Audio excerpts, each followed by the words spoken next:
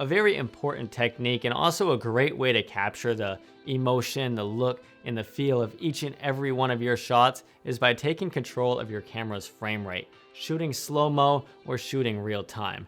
I'm Brady Bissett, and this is The Classroom, a place where creators can procrastinate from all of their chores and learn fun things about fun stuff. So if you're watching this and aren't really familiar with the term frame rate, although I'm not going to go into the technical science and a history on frame rate, even though it is very, very fascinating, but here's a brief rundown just to clear some points up. Adjusting your frame rate will essentially just change how slow or fast your footage plays back. And it's really important to understand that video isn't actually just one smooth, fluid clip, and it's more so a series of individual photos that are combined together to create an illusion of smooth motion.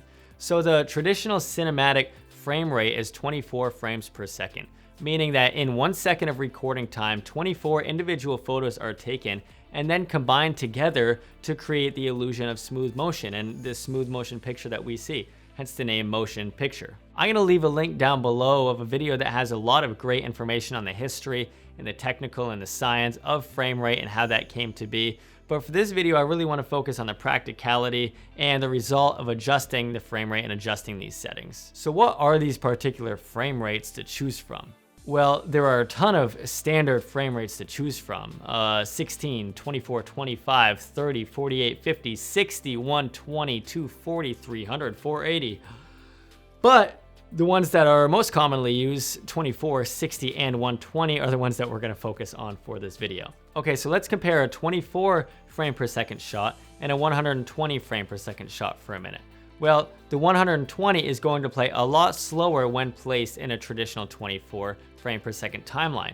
And that's because 120 frame shots capture 5 times the amount of frames in each and every individual second. So 1 second of recording at 120 FPS translates to 5 seconds of playback in a 24 frame per second timeline. Now, if you have a 24 frame per second shot and you really want to stretch that out and slow it down to the speed of the 120, well, since 24 is 1/5 of the recording rate, now every 5 frames, the frame is going to switch because you slowed everything down and stretched it way out. So there's going to be the same frame that's going to hold for 5 frames in your timeline. So you're going to see these noticeable skips and it's almost going to look a little bit more like a stop motion clip.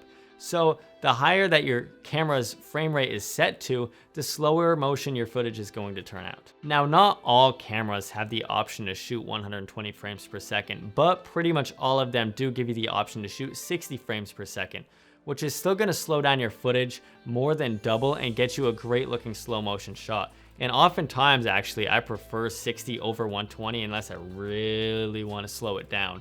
But I'm sure you're over there asking, well, why don't I shoot 60 or 120 frames a second all the time and then have it play real time, and then when I need slow-mo, I can slow it down?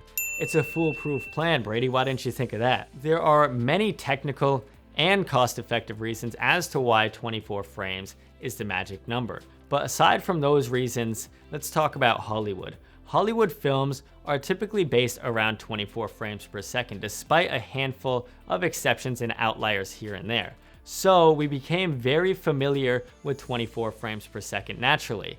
But this familiarity didn't just come up from watching movies. It actually started in us day one. The human eye actually views life at an equivalent of what would be about 24 frames per second.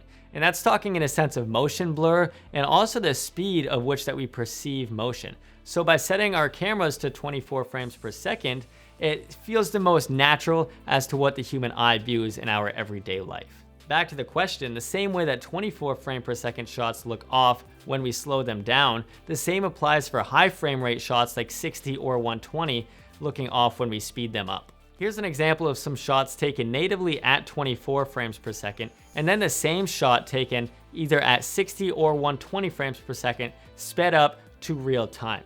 It looks sticky or gritty or fill in the blank for whatever adjective that suits you. Whatever it is, it looks unnatural. There seems to be some unnatural jitteriness that just doesn't feel right and doesn't look as if we were perceiving it in real life. So it's very important to plan and know the look and emotion for each and every shot and adjust your camera's frame rate accordingly. If you want to go for something high energy, fast pace, a lot going on, you might want to have your camera's frame rate to 24 frames per second, so everything is playing back in real time, a lot of energy, a lot of fast paced action going on. But say you want to switch up the pace, you want to slow things down, or you want to get to detail or have a blissful second of peace, jack up that frame rate, 60, 120, really slow down the shot, and that a lot of the times can switch up the pace of your whole project. You got a lot going on, and then bam, slow it down. Have a sub drop, sub hit, something going in there to really, you know? So frame rate is really important to plan accordingly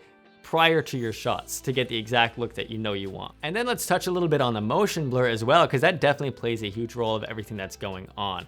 Of course, rules are meant to be broken, but a rule of thumb is to have your shutter speed double of which your frame rate would be. So if your camera's frame rate is set to 24 frames per second, your shutter speed will be double that, so 1/48th of a second, or most cameras would be 1/50th. If your frame rate is set to 60 frames per second, your shutter will double to 120 frames per second, and then so on and so forth. If you're shooting at 120 frames per second, your shutter speed now becomes 240th of a second. Or for cameras that utilize shutter angle rather than shutter speed, that translates to 180-degree shutter angle. So I do hope that this information on frame rates helps step up your slow-mo game or your not so slow-mo game, but it really is fun to bounce around frame rates in your camera and see which ones you really like and resonate with, but also which frame rates that you don't necessarily like.